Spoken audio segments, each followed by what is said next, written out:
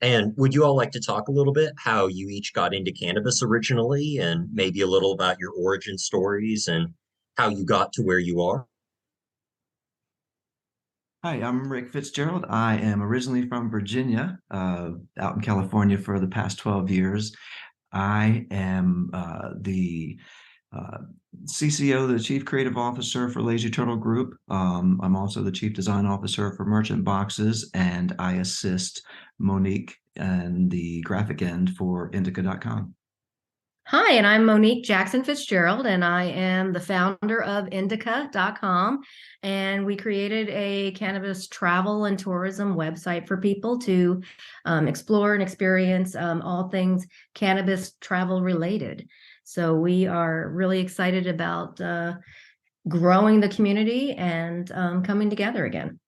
Yeah, we moved here. We moved to California from Virginia in 2010, and that's when I discovered the full the full on California cannabis culture and community, and realized quickly that it was a plant that I had used for my entire life, had enjoyed my entire life, but didn't realize how much how much more additional benefits I could get from it. So when I came out to California, I in particular jumped into it and really started to explore the community, the plant, learn little bit more about what was going on in California on the medical side, and just found that this plant really just was good for me in so many ways, mentally and physically, and really just dove into it and realized that it was going to be some interesting changes in the world with California, and some of the West Coast states coming on board with cannabis, and then as we've seen it go across the country and become both medically and recreationally available to folks in other states.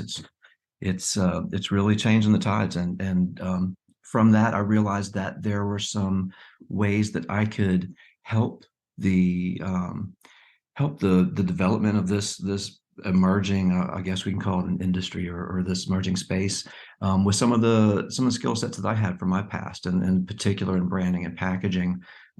Realized that I could not only potentially make a little living, but also help folks figure out how to launch their brands through a branding perspective, through their look, their logos, their corporate identity, their story, and ultimately their packaging, and beyond. So that was kind of my introduction and my stepping into that realm. I'll let Monique talk about her beginnings in the space, which are completely different but very interesting.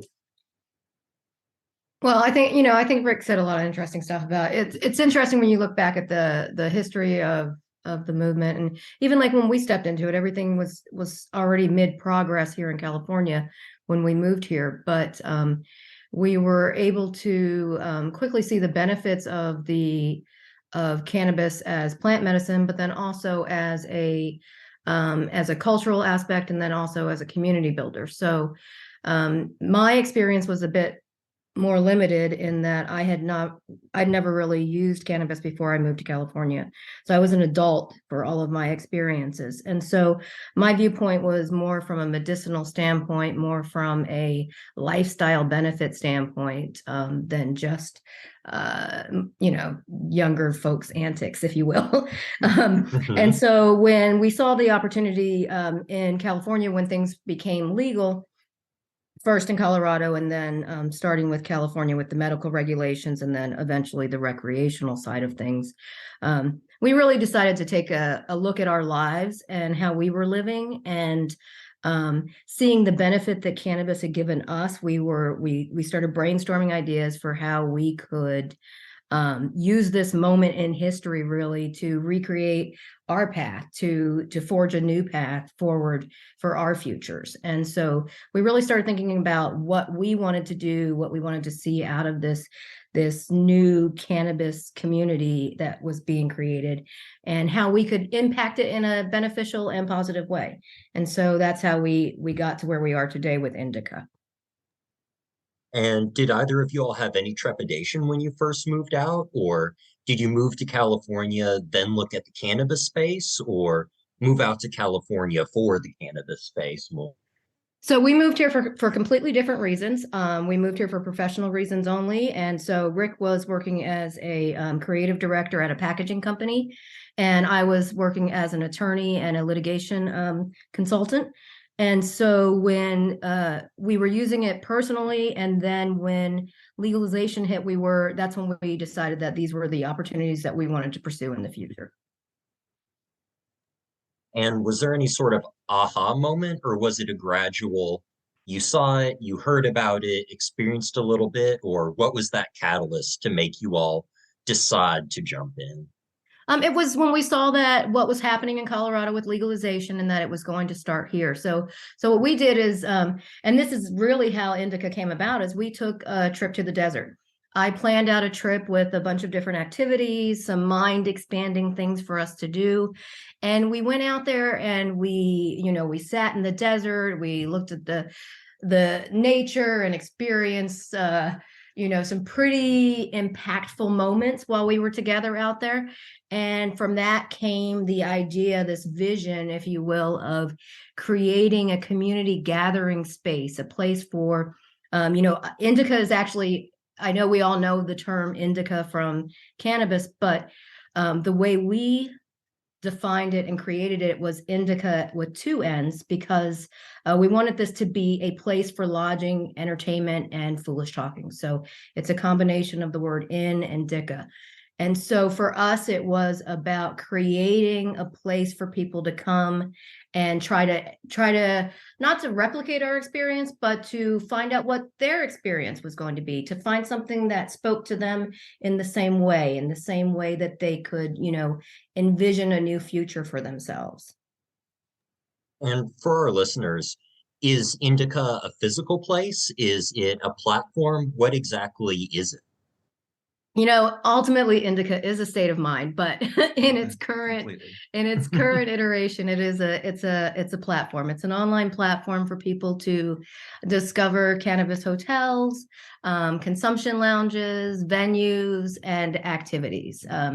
We as a place for lodging, entertainment, and foolish talking, we broke it out into what we felt were the most important aspects of a trip, which was to stay, gather, play, and explore, right? So we want to feature something from each of those areas so that people can have an entire experience, a whole experience, versus just parts and pieces of an adventure.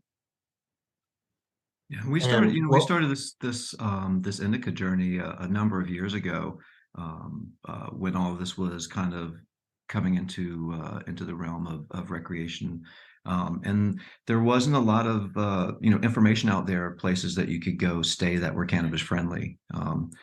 They were far and few in between. Sometimes you'd see a little article here and there, but for the most part, these were little kind of separate satellites just floating around trying to figure things out. So we wanted to really bring put together something so that these places had a home to reside in, so that folks could find out more about where to go to stay, gather, play, and explore in the cannabis, travel and tourism realm. Yeah, so currently we're an online platform, and ultimately, our goal eventually would be to have a physical space for folks, whether it's a gathering space or an accommodation. I have a pretty broad vision in my mind that I am trying to bring to life. And so everything that we've done up to this point is just taking steps towards that, to realizing that vision. And what exactly is that vision? If you could clarify that a little bit, what do you see this becoming for you all and for the community? For the community, we hope that this will become a place for people to come to share their experiences, and to also to plan out new adventures. The whole point of this is for information, right? It's for you to find out where you're going to go, what activities you're going to indulge in, what dispensaries are nearby you, what's the legal landscape in the place that you're visiting. So we really want it to be a place that is a trusted advisor to the cannabis traveler, to the canna curious, all the way up to the enthusiast, right? So that they know that they can find the experience that they need to have, they can find the resources that they need to have, and they can have a safe and legal experience in the state, whichever state that may be. Right now, we have properties and activities listed in most of the recreationally legal states. And as more and more states get their regulations set up, we're going to have, more activity in that realm. So future wise, yeah, we see this as really a essential tool and resource for the cannabis traveler.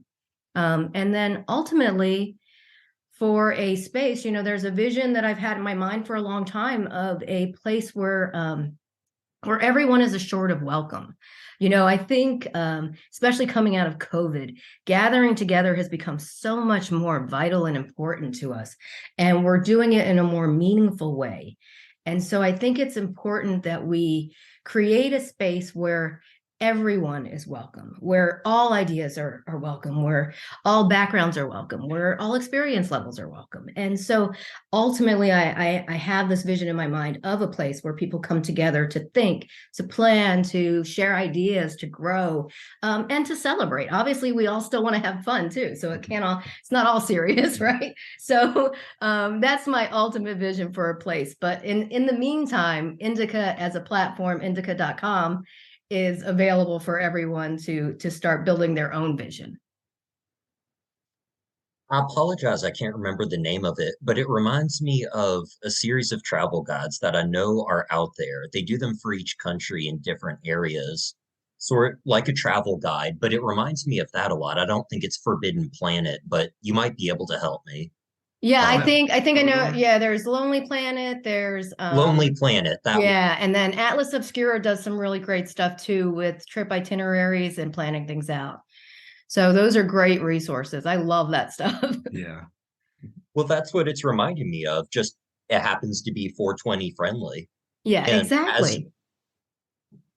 as you're moving into different spaces, are you seeing any challenges from going from maybe California focused only to trying to give information in these new areas? Or is it just keep the process going, keeping the energy up, adding new things? It's a lot of what you just said. I mean, I think so. So from with my background in the legal space, I tend to focus on regulations a lot. So I try to stay up to date on what is happening in the regulatory landscape in the different states as they come on board. One thing as providers of this type of platform, we all have to be aware of and keep up to date with what the regulations are in the particular states. So for us, what that means for us is that we focus on states with a recreationally legal program or adult use program, however they're defining it. We also tend to focus our listings only on actual hotels versus standalone vacation rentals. There's a great resource out there, though, for people who are interested in more Airbnb style rentals called Bud and Breakfast, and they're out of Colorado. And they do a really great job of featuring unique spaces, unique places to stay, that sort of thing. So for us on our side, we stayed with the hotels and with cannabis lounges as they become licensed. So it's all just a matter of staying up to date on the regulations, scheduling in education for yourself and really making sure that we are active parts of the community as well, and that we're advocating and that we are doing our part to forward the conversation about cannabis and cannabis normalization. And you all talked a little bit about making sure you're up to date on the regulations and different things like that. Do you all personally vet the different locations that you have on the website first, or is it community posted, or how does someone get listed on there? It's both. I think the initial listings that we had were things that we personally vetted ourselves and visited properties, visited with people, spoke with people to get the ball rolling. But ultimately, we want to build this community. So we have left it open for people to add properties, to add listings.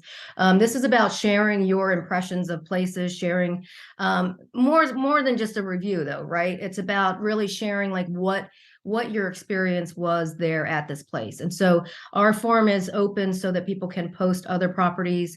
And we are obviously on the back end, we vet those as they come through to make sure that there's nothing untoward going on, for lack And of I a better thought, phrase. no, that's a perfect one because that is something you have to check up on, unfortunately, and having a trusted resource is part of that. Yeah. Um, Yeah. So for any of our lounge listings and anything that is licensed by the state, we do require your license number. And then we do some due diligence on our end just to make sure that licenses are valid and are assigned to the property and or, space that they are attached to. Yeah. And then if someone passes all the checks, they get a nice little Inndica approved seal of approval they can put in their window, just like AAA and stuff like that. And you can, just walk up to the property and see that it's a safe vetted place. and this might be different for each of you, but favorite or favorites places that you all have visited that are on your list that people can also go and see so far. So for me, my favorite is actually a place that I have not physically been to yet. I've spoken with the innkeepers numerous times. I've virtually visited their property, and I have to say it's absolutely stunning. And it's a place called Mine Plus Farm Inn up in the Russian River area of California up north. And they just really have a beautiful aesthetic. They've really crafted and curated a welcoming place for everyone. They have great farm to table dinner events. They've really just gone above and beyond. They've taken it to the next level for the experience that a guest will have. So Mine and Farm Inn is my favorite. Yeah, I'd have to say one of the first property that we listed on Inndica was Desert Hot Springs Inn in Desert Hot Springs, California. And I got to say that just has a special place in my heart because we've spent a number of times with that group over there, and it's just a small little boutique hotel. I think it's like 8 rooms. It's got an amazing spring-fed pool and hot spring-fed hot tub.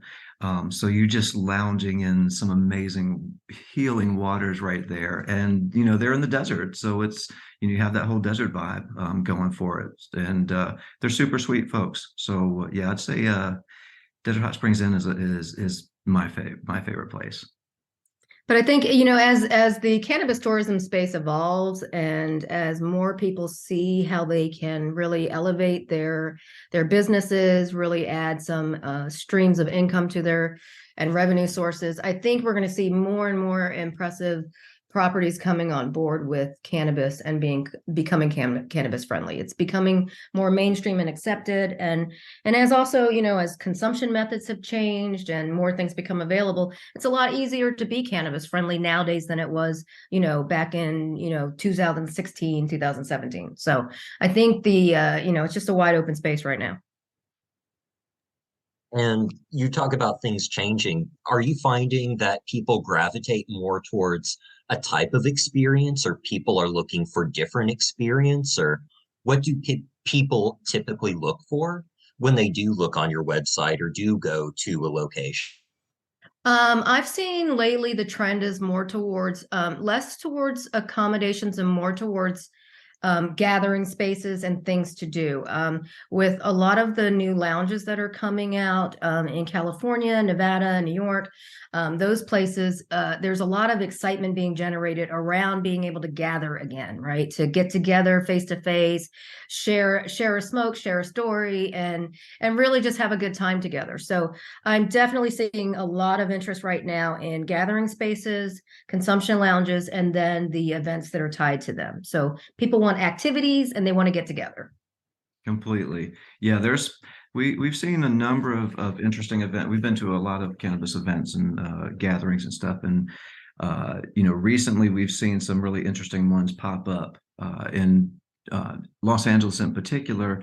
There's a regular event every Sunday night going on the rooftop of the Montalban Theater in Hollywood called Cannabis and Movies Night, and it's essentially just it's the entire rooftop of this theater, which is beautiful, and they've got an outdoor screen. They show the movies. They have for an entry fee, I think a membership fee, they call it. You've got access to food truck vendors, to drinks, to a dab bar. There's a number of brands that sponsor each movie night, so you have different brands showing their wares, and it's just a really unique experience of bringing folks to something that we already love to do, go see a drive-in movie, I mean, or just see a movie in general, but to be able to have the ability to enjoy your cannabis at the same time is just fantastic. So I think the uniqueness of events are starting to really come alive, and that's an exciting component. The experiential event side is really an interesting space. Up and smoke a little more fun when you're There following you go. Right. what's on screen. There you go. Completely. And say someone's looking to open up an event space or maybe looking to open up a lodging experience that's 420 friendly. What are some of the things that you maybe would advise them or say that this would be good advice if you're looking to do that? I think the first thing is to educate yourself, right? To know what the regulations are in your state, know what kind of activities you are allowed to do and what you cannot do, what things require a license. And it's more than just a cannabis license, right? A lot of times people forget that you have other certifications that you need for food service, restaurant operations, that sort of thing. You have business license requirements, insurance requirements, all of that stuff. So educate yourself on what's required to operate your business from, the minute you turn on the lights till the minute you lock the door. Second to that, I would say use the resources that have already been created for you, right? There's a great organization called the Cannabis Travel Association International, and they're a business group of all of the cannabis hospitality businesses. For instance, they're having their Cannabis Travel World Fair next week, February. Was the date? I think And Monique will be speaking on it. Yes, I'm speaking, and I don't have my date in front of me. I'm terrible at this. It's on February 7th through the 8th, and it's a virtual cannabis travel summit. So things like that, these associations, these groups, and just reaching out to other people in the same space as you, right? These roads are being paved by people who have been doing this for a while. So maybe just reach out and say, hey, do you have any advice that you can share for me in this space that I'm trying to occupy? Collaboration is key. Yeah, absolutely. I mean, we're still growing and it's still very new, and it is about collaboration versus competition. And are there any sort of experiences or concepts? You don't have to mention names on this one, but just ideas that you've seen not pan out or reasons why people may have gone in with the best of intentions, but certain practical things that made it not possible? Yeah, absolutely. I think, especially here in California, the main thing was the cannabis bus tours, right?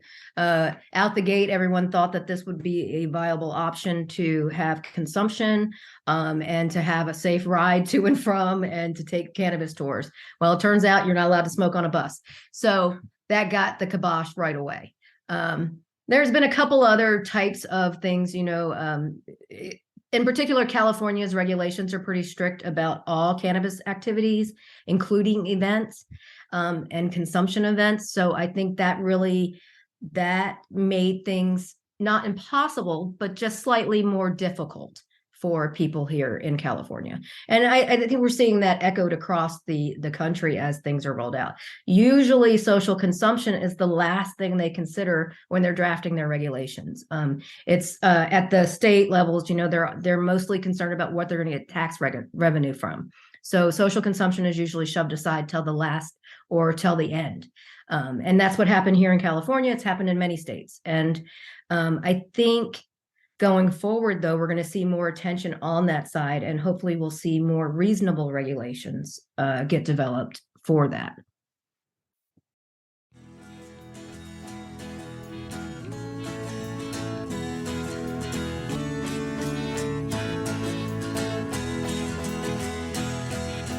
Metro has a department called Code Enforcement, and they seem to have a peculiar enjoyment with going to those poor neighborhoods and giving out fines. So if you have a garden that's over 10 inches, well, this is where it gets really ridiculous, because the city will say it's uncultivated and say you have to cut your garden down. Well, if Metro Council wants grass, well, they can kiss my ass. I'm growing food to feed my family. You can find me, you can cite me, but I think it would excite me if Metro Council changed the fucking codes. Well, Metro government thinks they're being respectable, and to rich house flippers, my garden's pretty detestable, but the food I'm growing tastes pretty delectable. So why can't we change the law? So rather than making every yard a plantation, I'd really like to suggest a change in vocation to the fucking politicians that want 2 inches of mandatory grass instead of food. If Mayor Fisher wants grass, well, he can kiss my ass. I'm growing food to feed my family. It doesn't matter what the code book says, I'm gonna grow my own food instead. Mayor Fisher, you need to change the fucking codes. We spend our lives all looking for purpose, but it seems our politicians want us mowing in circles, and grass ain't feeding no one, not even the birds. We waste so much time just cutting a plant that in 2 weeks will just grow right on back, and we have to spend more money and time to cut it again. If Metro Council wants grass, well, they can kiss my ass. I'm growing food to feed my family. You can find me, you can cite me, but I think it would excite me if Metro Council changed the fucking codes. If Metro Council wants grass, well, they can kiss my ass.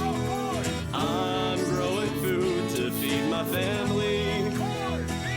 You can find me, you can cite me, but I think it would excite me if Metro Council changed the fucking codes. If Mayor Fisher wants grass, well, he can kiss my ass. I'm growing food to feed my family. It doesn't matter what the code book says, I'm gonna grow my own food instead. Mayor Fisher, you need to change the fucking codes. If Metro Council wants grass, well, they can kiss my ass. I'm growing food to feed my family. You can find me, you can cite me, but I think it would excite me if Metro Council changed the fucking code. If Mayor Fisher wants grass, well, he can kiss my ass. I'm growing food to feed my family. It doesn't matter what the code book says, I'm gonna grow my own food instead. Mayor Fisher, you need to change the fucking codes.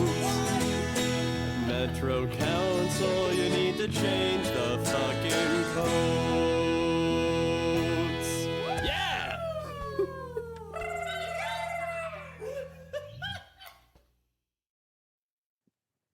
And if you had any advice for legislators in particular, or people that work with regulations, if you all had a wish list of things that you could have changed, kind of like maybe you're talking about being able to do the bus tours, what would you ask for to make it easier for cannabis tourism and for cannabis experiences? I think the current trend towards requiring special licensing for cannabis events and activities is the wrong move for a lot of legislators, because what they're doing is they're applying the same model to cannabis events as they did to cannabis cultivation and commercial cannabis activities. The issue is, though, a hotel is not a retail establishment like a dispensary. So it's not the same amount of revenue going through. It's not the same turnover.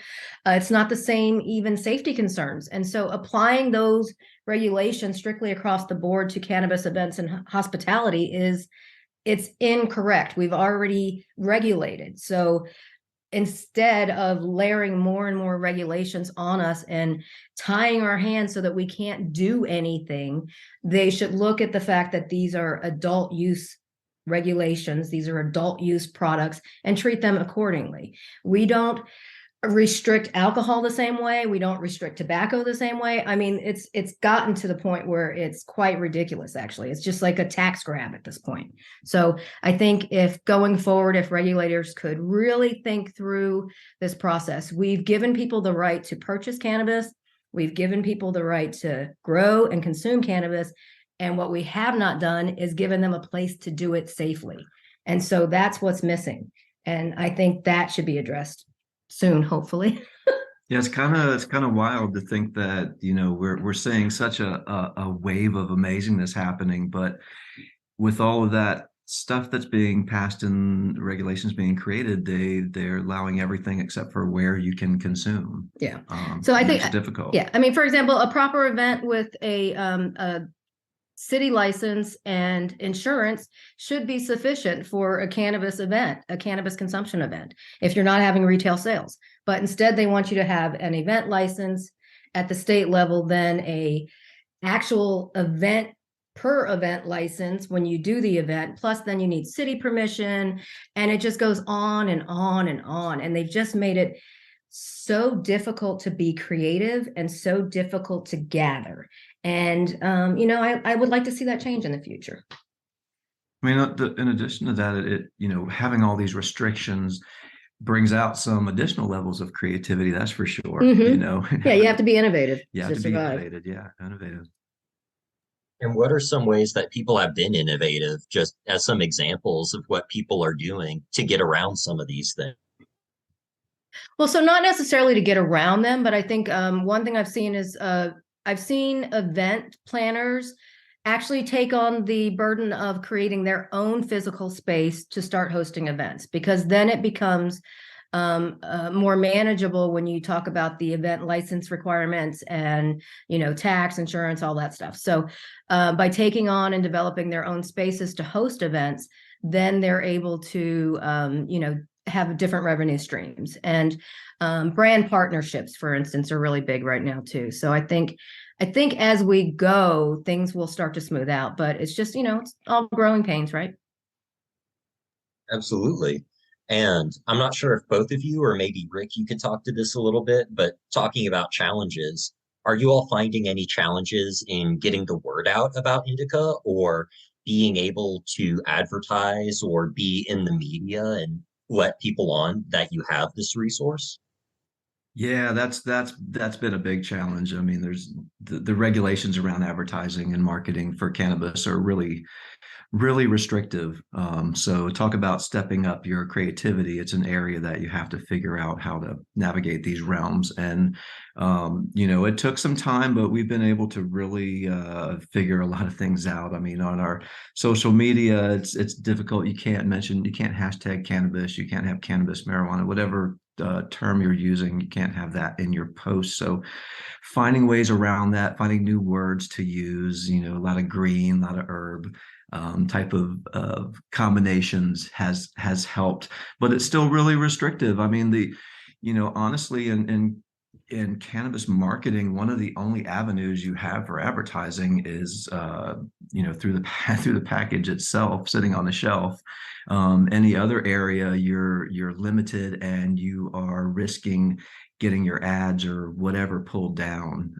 So, you know, it is challenging, but again, it just pushes us to figure out ways to connect to the people. And you know, it's definitely put its challenges to us, but you know, like I said, we found some ways. We have we have all of our social media going. LinkedIn is a great place for certain things. I know it's a business oriented site, but they do allow a lot of cannabis content on there, which is nice. So we're able to make some pushes through there.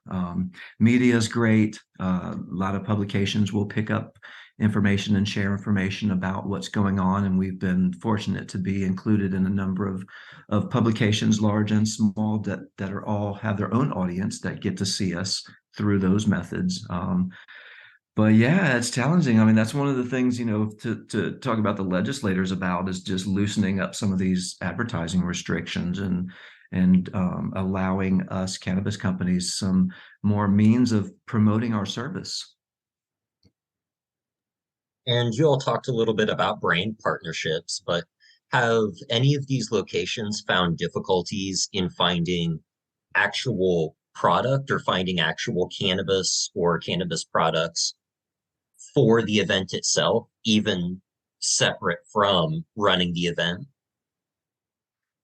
I don't think that's been much of a hindrance in the licensed marketplace when they have the cannabis event license. There's a setup that they have for if you're going to allow retail sales and whatnot. But for the most part, I don't think access to cannabis is ever going to be the issue. It's going to be about social consumption being permitted, period. Yeah.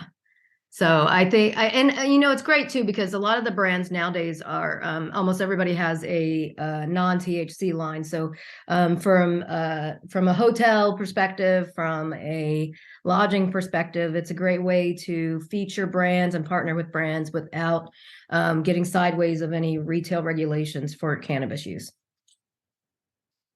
and sales. Yeah, one thing we had talked with Desert Hot Springs in particular, but other properties are about having some of the brands that we're associated with or brands that they dig and using, to Monique's point, their CBD line, their hemp-based lines, products to, like on the pillow at night, instead of a little, regular little chocolate that you might get. If you're lucky, you get a chocolate, but a nice little CBD infused chocolate on the pillow at night would be just an amazing little touch, and introduce folks that might have never seen that particular product or even what that is, introduce them to that realm in an interesting way.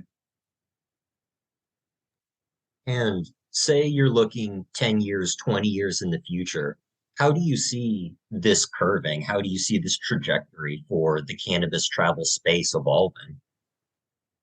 Honestly, I think once the new wears off, it's going to be about curating wellness and lifestyle experiences that incorporate cannabis so that it is just a part of the destination experience versus the experience itself. So, we always like to say that cannabis is supposed to be a conversation starter. It's not supposed to be the conversation. So ultimately, what I would like to see is that it's seamlessly integrated into the experience and available for somebody who wants it. If I can go to a hotel and order room service and get a martini and a piece of fish, then I should be able to dial down to room service and get a joint and a piece of fish, or get a THC cocktail and a piece of fish.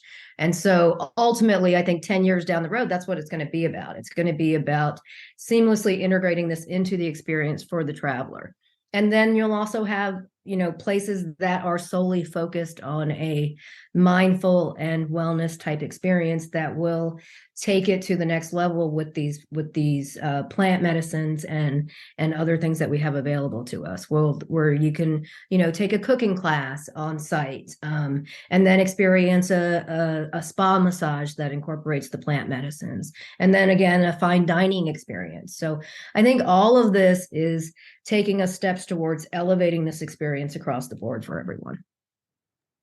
100%. And talking about having it on supply for the hotel, I know Scotia Lodge locally just started doing a dispensary delivery where you can order from the local dispensary and they'll bring it right to your room. Yeah, and that's beautiful. It's perfect. It's Desert Hot Springs Inn has partnered with a delivery service. Mine and Farm Inn has partnered with them, and that's really the way for. I think that's how these hospitality businesses are going to succeed, is by pulling in the parts of the experience for their guest and partnering up with delivery services and making that available to them. Because a traveler from out of state isn't doesn't know where to go. They don't know what store to go to. They don't know what brands to buy, that sort of thing. So the hospitality, side really is kind of the gateway, gateway to the cannabis experience. And so it's incumbent on them to make sure that they are presenting the best face possible.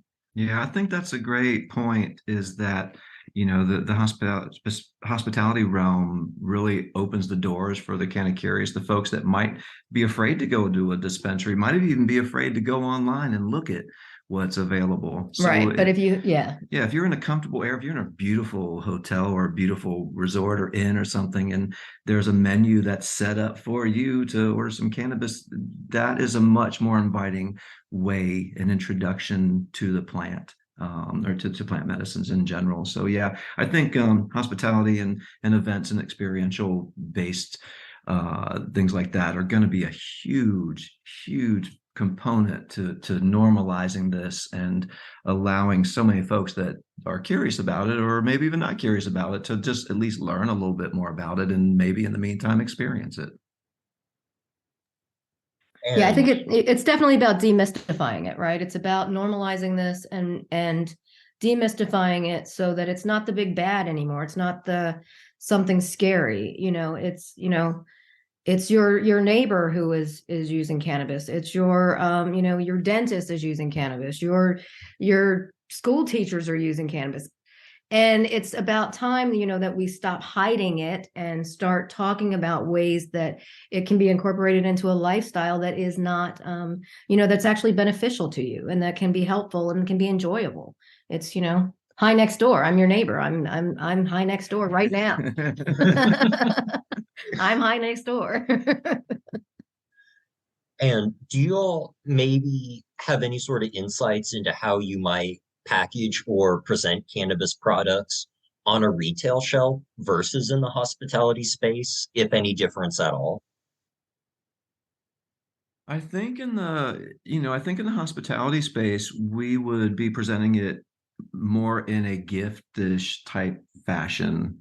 Potentially a basket of of products that you can purchase, like the whole basket, instead of going to the dispensary, just picking out, product by product. Well, and also in the hospitality context, it's more of like a luxury item that you're making available to your guest versus a dispensary that's going to have the full range of low end to high end products, right? So in the hotel environment, it would be a very highly curated menu of things that brands and whatnot that are that I think help elevate their stay.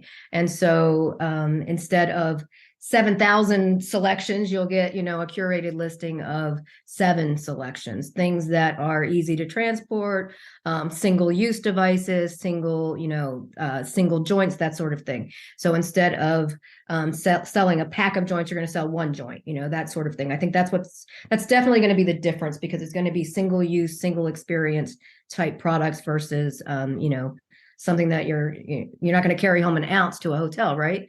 Because you're only going to be there for 2 days. Yeah, and I think that that kind of curation really adds to the experience that particular property wants to bring, because they can look at the the cultivars, they can look at the products, and to Monique's point, curate a list that makes sense for that experience. Maybe it's a relaxed experience, maybe it's an energetic experience that you're going for, but they can really bring a really interesting curated mix of products to those travelers to enhance that particular experience, that particular stay. And you mentioned Inndica and about your social media accounts a little bit. How can people find you and your services and Inndica?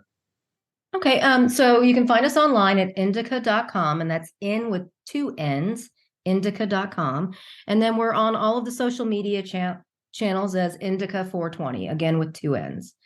So we're on, and it's interesting. The social media thing is we tend not to focus that much on content creation right now because it is kind of a losing proposition with Instagram the way it is with all of their restrictions. So we just try to, share some interesting travel tidbits, share trip information when we're out and about and that sort of thing. But the real deal is Inndica.com, and that's where you can go and start to discover places to stay, places for consumption lounges.